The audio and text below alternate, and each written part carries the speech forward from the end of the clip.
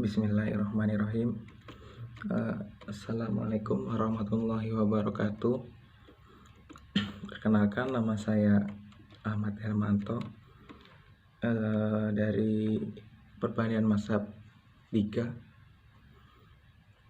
Di sini saya akan menjelaskan makalah saya yang berjudul Konsep Ontologi Hukum. Sebelum kita membahas lebih jauh konsep ontologi hukum, di sini saya akan menjelaskan apa itu filsafat hukum, filsafat ilmu. Ada beberapa ulama, ahli pakar filsafat berpendapat, salah satunya menurut Jujun S. Surya Sumantri berpendapat bahwa filsafat ilmu adalah bagian dari ontologi atau filsafat pengetahuan yang secara spesifik mengkaji hakikat ilmu atau ilmu pengetahuan. Sering disebut juga ilmu pengetahuan itu atau ilmu ilmiah. Ada lagi menurut Konri A. Semiawan, dia berpendapat bahwa filsafat ilmu pada hakikatnya adalah ilmu yang berbicara tentang ilmu itu sendiri, sehingga kedudukannya di atas ilmu-ilmu lain, dan filsafat ilmu dengan ilmu memiliki perbandingan. Di antaranya satu, world views yang berkonsisten berdasarkan teori-teori ilmiah untuk melakukan kolaborasi implikasinya. Yang kedua, filsafat ilmu adalah suatu eksposisi dari para disposisi para ilmuwan. Yang ketiga, filsafat ilmu adalah suatu disiplin yang di dalamnya terdapat konsep teori tentang ilmu yang dianalisis dan diklasifikasikan. Jadi dari beberapa pendapat di atas bisa kita tarik kesimpulan bahwa filsafat ilmu merupakan telaah dari filsafat, merupakan telaah secara filsafat untuk menjawab pertanyaan mengenai hakikat ilmu. Cabang-cabang dari filsafat ilmu itu ada 3. Yang pertama ontologi, epistemologi, dan aksiologi. Di sini saya akan menjelaskan konsep ontologinya. Sebelum kita masuk pada cakupan dan kajian aspek ontologi filsafat hukum, maka kita perlu memahami fungsi ontologi itu sendiri. Ajaran ontologi dalam filsafat ilmu tidak membatasi jangkauannya hanya pada sesuatu yang berwujud. Penelitian ontologi akan mengkaji apa yang merupakan keseluruhan yang ada secara objektif ditangkap oleh panca indera. Contohnya yaitu pada taraf metafisika. Metafisika ini nanti akan kita kaji di bab selanjutnya. Metafisika ini mengkaji, saya ambil kesimpulannya dikit, mengkaji atau membicarakan problem watak gestur yang sangat mendasar dari beberapa benda yang realitas yang ada di belakang yang akan kita bahas nanti. Realitas tuh maksudnya tuh metafisik yang benar-benar ada kayak gitu. Oleh karena itu, ontologi akan membahas, mencari, dan mengkaji serta membicarakan watak realitas tertinggi atau biasanya disebut dengan hakikat atau wujud, bahasa Latinnya being. Ada ahli berpendapat dari Nung Muhajir bahwa konsep ontologi adalah yang ada tidak terikat pada sesuatu perwujudan tertentu, dan ontologi ini membahas tentang yang ada secara universal, yaitu berusaha mencari inti yang dimuat setiap kenyataan yang meliputi segala realitas dalam semua bentuknya.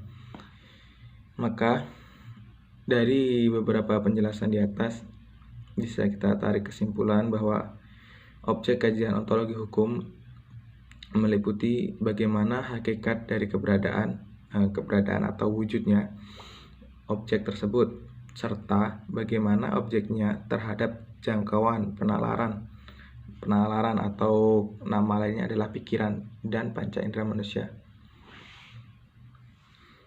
Jadi ontologi merupakan kawasan yang tidak termasuk ilmu yang bersifat otonom, tetapi ontologi berperan dalam perbincangan mengenai pengembangan ilmu, asumsi dasar ilmu, dan konsekuensinya. Juga berpengaruh pada penerapan ilmu.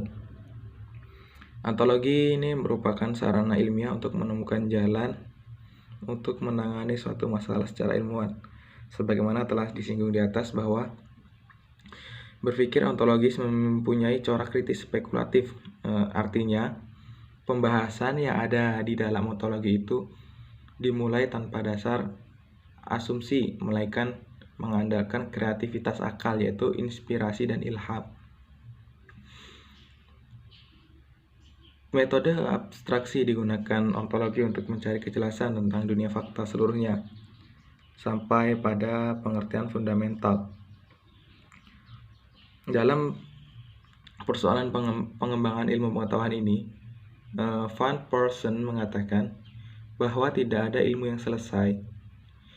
Para ilmuwan selalu dapat mengembangkannya, ilmunya lebih lanjut. Ilmu itu bukan rumah yang selalu dapat mengembangkan ilmunya lebih lanjut. Ilmu itu bukan rumah dengan dasar abadi sepanjang sejarah, hanya dilengkapi tingkat-tingkat baru. Struktur ilmu bahkan sampai pokok-pokok ilmu mengalami perubahan. Ontologi menyelidiki dasar-dasar ilmu. Penelaahan ontologi dapat dijadikan dasar untuk merumuskan hipotesis-hipotesis baru, untuk memperbaharui asumsi-asumsi dasar yang pernah digunakan. Aspek ontologi hukum dalam menemukan objeknya, maka dilakukan usaha, yaitu dengan cara menentukan bagaimana kita dapat memahami wujud hukum yang sesungguhnya. Yang sesungguhnya ini maksudnya maknanya tertinggi. Sementara yang biasa kita lakukan saat ini ialah hanya mempersoalkan bahwa hukum itu harus begini dan hukum itu harus begitu, tanpa melihat objek hukum itu sendiri. Menurut Abdul Ghafur Ansori, bahwa objek filsafat hukum adalah hukum dan objek dikaji secara mendalam sampai pada inti atau dasarnya, yang disebut dengan hakikat. Mengingat objek filsafat hukum adalah hukum, maka permasalahan yang akan dibahas oleh filsafat hukum adalah sesuatu yang telah kita bahas di atas. Contoh kecilnya yaitu seperti hubungan hukum dengan kekuasaan, hubungan hukum dengan kodrat dan hukum positif. Terus apa sebab orang menaati hukum, apa tujuan hukum, bahkan sampai masalah-masalah filsafat hukum yang ramai dibicarakan saat ini. Ontologi filsafat hukum ini pada prinsipnya tidak hanya melihat hukum sebagai objeknya, melainkan segala pola perilaku manusia. Dasar adanya timbal balik hak dan kewajiban manusia yang berperan, serta hubungan timbal balik manusia dengan alam sekitarnya yang berkemungkinan bersentuhan atau perlindungan dengan kewajiban negara, pemerintah, dan masyarakat. Ada 3 dasar nilai hukum, yaitu yang pertama keadilan, kegunaan, dan kepastian hukum. Secara pendeknya, objek filsafat hukum yaitu hak dan kewajiban, keadilan, perlindungan, dan pencegahan. Di dalam konsep ontologi hukum ini memiliki cabang, yaitu metafisika, yang sudah kita bahas sedikit di atas tadi. Objek material metafisika. Ini ada ilmuwan menyebutkan, Anton Breker, kajian metafisika adalah yang ada segala-galanya. Metafisika tidak menunjuk bidang eksistensif atau material tertentu dalam penelitian, tetapi mengenai suatu inti yang termuat dalam setiap kenyataan. Katsoff juga menjelaskan bahwa ada predikat yang universal dalam arti merupakan predikat dalam setiap satuan yang mungkin ada. Predikat yang ada merupakan batasan suatu himpunan yang segala sesuatu dapat termasuk di dalamnya, baik yang nyata sebagai wujud abstrak maupun sesuatu yang baru. Terdapat sesuatu yang baru yang terdapat di dalam angan-angan, atau dalam kata lain masih sebagai benih, atau masih ada gambarnya saja. Objek tadi kan objek material metafisika, sekarang objek formal metafisika. Lawrence bagus berpendapat bahwa objek formal metafisika adalah yang ada sebagai yang ada. Di sini bisa kita artikan maksud dari yang ada sebagai yang ada, yaitu artinya tuh yang ada sebagaimana adanya. Metafisika adalah bahasan tentang makna hakikat seluruh realitas. Dalam hal ini metafisika membahas hal yang sederhana akan tetapi menjadi dasar dari berbagai semua macam ilmu pengetahuan.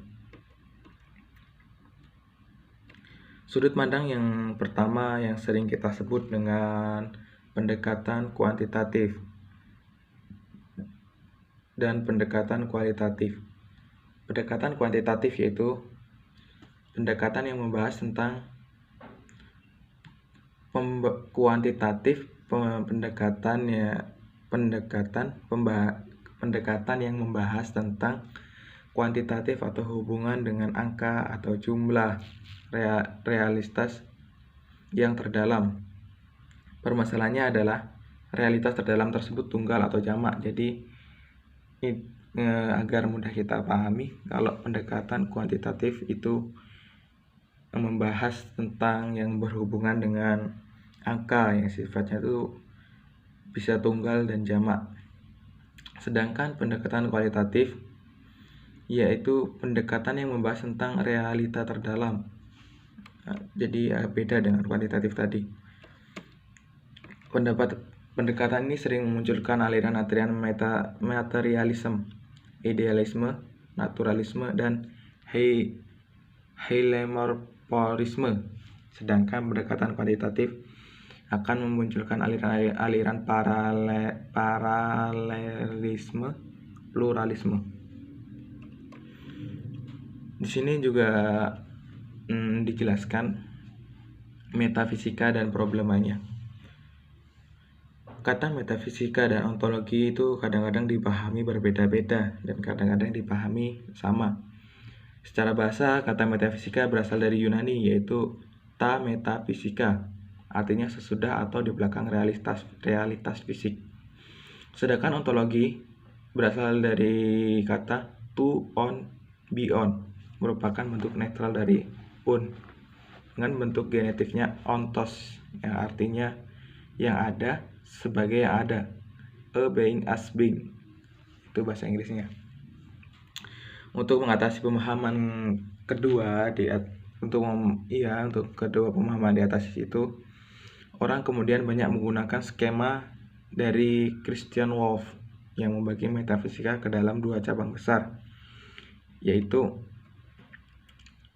yang pertama metafisika umum yang kemudian disebut dengan ontologisme. Yang kedua metafisika khusus yang terdiri dari kosmologis, metafisik, antropologi, metafisik, dan teologi metafisik. Metafisika merupakan salah satu cabang filsafat pokok yang terus-menerus mengalami perkembangan dan perubahan. Karenanya tidak ada kesepakatan atau pendapat tentang apa peristiwa problema yang harus digarap metafisika. Kesulitan itu disebabkan antara lain banyaknya muncul sistem-sistem metafisika yang sudah tentu memiliki banyak perbedaan karena titik tolak atau pendekatan perspektif yang berbeda. Pada intinya, ontologi atau metafisika umum berusaha menjawab persoalan-persoalan dan menggelar gambaran umum tentang struktur yang ada atau realitas yang berlaku mutlak untuk segala jenis realitas.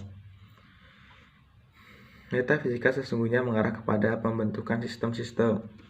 sistem-sistem ide, dan ide-ide ini mungkin memberikan kita suatu penelitian tentang hakikat realitas atau memberi alasan mengapa kita mesti puas dengan mengetahui sesuatu yang belum menjelaskan hakikat realitas.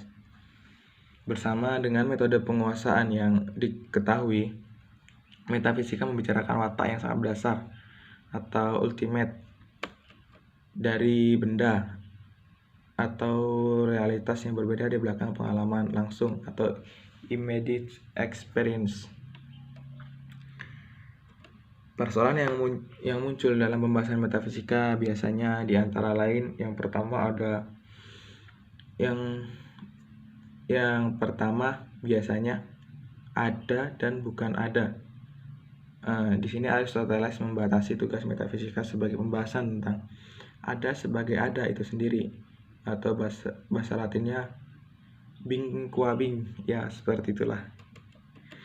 Aristoteles berpikir bahwa di sana harus ada satu disiplin yang membahas hakikat benda sebagai satu keseluruhan dan bukan hanya dalam aspek tertentu.